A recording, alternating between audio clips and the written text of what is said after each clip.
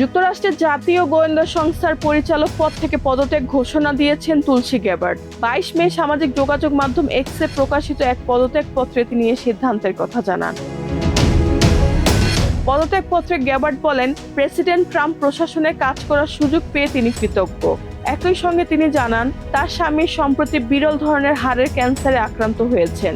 পরিবারের পাশে থাকার প্রয়োজনীয়তার কারণে তিনি দায়িত্ব থেকে সরে দাঁড়ানোর সিদ্ধান্ত নিয়েছেন।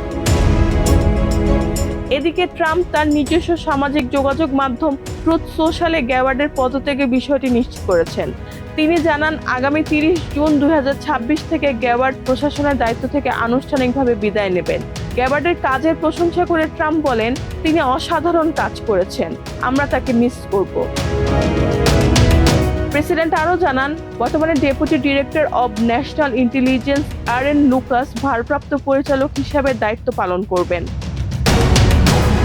উল্লেখ্য, তুলসী গ্যাবার্ড 2013 থেকে 2021 সাল পর্যন্ত যুক্তরাষ্ট্রের কংগ্রেসে ডেমোক্র্যাট সদস্য হিসেবে দায়িত্ব পালন করেন। এছাড়া 2020 সালের মার্কিন প্রেসিডেন্ট নির্বাচনে ডেমোক্র্যাট প্রার্থী হিসেবেও প্রতিদ্বন্দ্বিতা করেছিলেন তিনি। রেহানা বেগম, প্রজন্ম 24।